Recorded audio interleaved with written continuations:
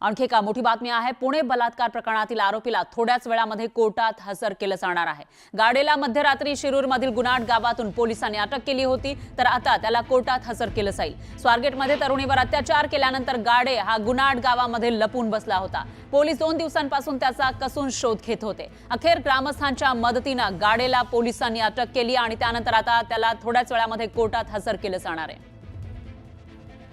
त्यामुळे कोर्ट त्याला किती दिवसांची कोठडी सुनावतं तेही बघावं लागेल, कारण त्यानं दुष्कृत्य केलेलं आहे। पुण्यामध्ये एका तरुणीला त्यानं आधी तर बोलण्यामध्ये गुंतवलं आणि त्याच्यानंतर ओळख वाढवून तिच्यावर अत्याचार केलेला होता। शिवशाही बसमध्ये तिच्यावर अत्याचार केला होता।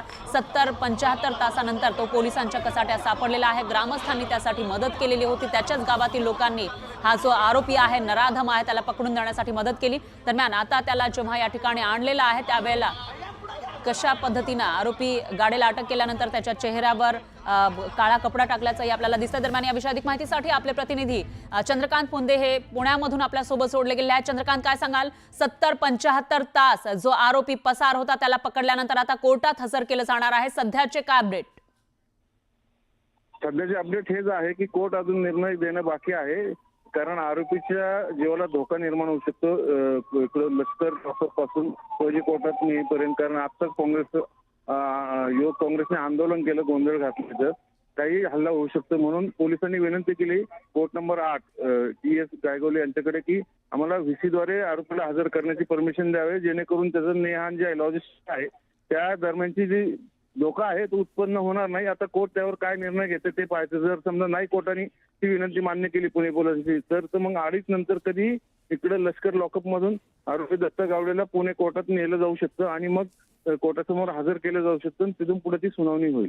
पण चंद्रकांत, 2 वाजून गेलेले आहेत। 2 वाजता त्याला कोर्टामध्ये हजर केलं जाणार होतं। याचाच अर्थ अजून पोलीस कधीपर्यंत कोर्टाकडून परमिशन मिळते, काही हिरवा सिग्नल मिळतो का त्याला ऑनलाईन तिथं हजर करण्यासाठी? याविषयीची वाट बघतायत का?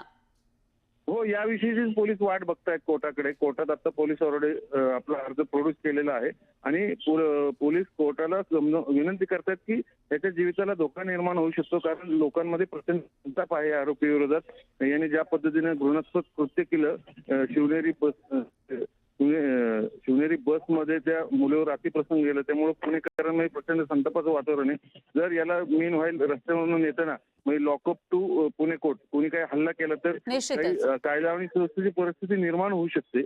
म्हणून तुम्ही VC द्वारे परमिशन द्या, आम्ही VC द्वारे आरोपीला कोर्टासमोर हजर करू। आता कोर्ट काय निर्णय घेतं याकडेच पुणे पोलिसांचं लक्ष लागलेलं आहे। निश्चितच त्याच्यामुळे आता पुढे नेमका काय निर्णय येतो ते बघावं लागेल आणि किती दिवसांची कोठडी त्याला दिली जाते, कोर्ट काय म्हणतं तेही बघावं लागेल। धन्यवाद तुम्ही दिलेल्या या सविस्तर माहितीसाठी।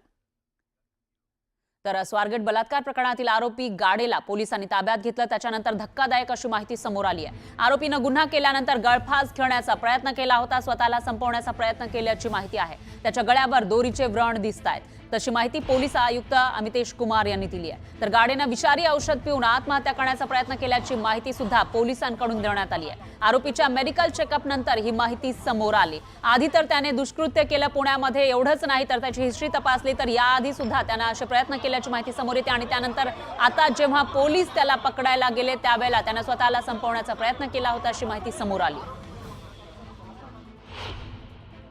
प्राथमिक मेडिकल एक्झामिनेशन जे त्यांची झालेली आहे त्याचे गळ्यावर काही लिगेचर मार्क आहे, त्यावरून लिगेचर मार्कवरून त्यांनी आत्महत्या करण्याची प्रयत्न केला होता अशा ते सांगतात। दोरी तुटल्यामुळे ते आणि तिथे लोक इमिजिएटली पोहोचल्यानंतर ते होऊ शकला नाही अशा प्रकारचे ते बातमी सांगतात। ही आत्ता व्हेरीफाय करण्यासाठी टीम तिथे जावा लागेल, ते आम्ही बघू, परंतु हे प्राथमिक मेडिकलमध्ये त्यांना लिगेचर मार्क त्याचे गळ्यावर दिसते। दरम्यान गृहराज्यमंत्री योगेश कदम यांच्या आरडाओरड केल्यास बलात्कार झाला नसता या वक्तव्यावर विरोधकांनी टीकेची झोड उठवली आहे। गृहराज्यमंत्री योगेश कदम यांच्या विधानानंतर विरोधकांनी जोरदार टीका केली आहे।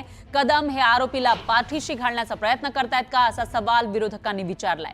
तर गृहराज्यमंत्र्यांना घटनेचं गांभीर्य राहिलंय का असा सवालही त्यांनी केला।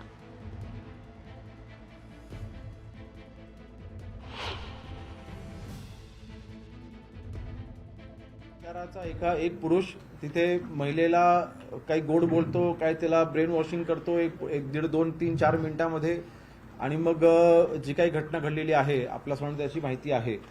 परंतु अशा वेळेला तिथे कुठलीही हाणामारी, तिथे कुठलेही आर्ग्युमेंट, तिथे कुठलेही फोर्स असं घडलेलं नाही. जे काही घडले ते अतिशय शांततेने घडून ते झालेलं आहे. आणि त्यामुळे कोणी अलर्ट राहायचं तिथे म्हणजे किंवा तिथे ओरडाओरड चाललेली आहे, हाणामार झाली असं काहीच घडलं नाही. त्यामुळे कोणाला आजूबाजूच्या लेमॅन जे देखील आजूबाजूला उभे होते त्यांनाही ते कळलं नाही. राज्यमंत्र्यांनी वक्तव्य करत असताना थोडं भान ठेवलं पाहिजे. आता हे म्हणजे खरं म्हणजे राज्यामध्ये देवेंद्र फडणवीस, अजित पवार आणि शिंदे सरकारमध्ये असे राज्यमंत्री बोलत असतील इतक्या अत्यंत गंभीर झालेल्या घटनेमध्ये प्रकरणात, त्यांच्या पक्षाचा एक आमदार सावकारे म्हणतो की अशा घटना घडतच असतात. असे आता याला काही लाज लज्जा सगळीच काय विकली का या लोकांनी, की गुंडाळून ठेवली आहे कमरेला? थोडी तरी ठेवा. ज्या पद्धतीचं वक्तव्य राज्याचे गृहराज्यमंत्री योगेश कदम यांनी या घटनेच्या संदर्भामध्ये केलं आहे, यावरनं हे सरकार किती असंवेदनशील आहे आणि इतक्या गंभीर प्रकरणाच्या संदर्भामध्ये इतकं बेजबाबदारपणे वक्तव्य राज्याचा एक गृहमंत्री कशा पद्धतीने करू शकतो, ही मूर्तीमध्ये हे या प्रकरणातून आपल्याला पाहायला भेटतं. या वक्तव्याचा आम्ही तीव्र शब्दामध्ये निषेध करतोय. एकीकडे विरोधक टीका करतायत तर दुसरीकडे सत्ताधाऱ्यांनी मात्र योगेश कदम यांच्या वक्तव्यावरून सारवासारव केली आहे. बघूयात. योगेश कदम जे बोलले त्याला वेगळ्या पद्धतीनं घेतलं गेलं. योगेश कदम जे बोलण्याचा प्रयत्न करत होते त्यात माझा स्वतःचा असा समज आहे की ते सांगण्याचा प्रयत्न करत होते की हा क्राऊडेड एरिया आहे, लोक होते, ही बस काही आतमध्ये नव्हती, ही बाहेरच होती, पण लोकांना प्रतिकार होताना त्या ठिकाणी लक्षात आला नाही असं सांगण्याचा त्यांचा प्रयत्न होता. तथापि ते नवीन आहेत, यंग मिनिस्टर आहेत, काही करण्याचा प्रयत्न करतात. त्यामुळे मी त्यांना हा सल्ला देईल की अशा प्रकरणात बोलताना थोडं अधिक सेन्सिटिव्ह आपल्याला बोललं पाहिजे. तुम्ही अमुक असं म्हटला, तमुक तसं म्हटला, असं काही मला विचारू नका. खरं तर काही थोडंसं तारतम्य हे सगळ्यांनी ठेवलं पाहिजे. आम्ही राजकीय लोकांनी पण ठेवलं पाहिजे. पॉलिटिकल स्टेटमेंटनी पोलिसांच्या तपासावर वेगवेगळे परिणाम होतात. त्यामुळे अशा प्रकरणामध्ये पॉलिटिकल स्टेटमेंट करण्यापेक्षा पोलीस कारवाईंना सपोर्ट केला पाहिजे, पोलिसांचे मनोबल वाढवलं पाहिजे आणि पोलिसांना त्या ठिकाणी अजून इन्सिस्ट केलं पाहिजे की अशा घटना होणार नाही. आणि याकरता समाज, त्या ठिकाणी राजकीय पक्ष आणि पोलीस असं म्हणून काम केलं पाहिजे, तर अशा घटनाला पुढे आळा बसेल. मला असं वाटतं गृहराज्यमंत्री कदम साहेबांनी जे वक्तव्य केलं त्याचा मला वाटतं करण्यात आलेला आहे, ते चुकीच्या पद्धतीने घेण्यात आलेलं आहे. मला असं वाटत नाही की त्या प्रकारचं कोणतंही वक्तव्य त्यांनी केलं.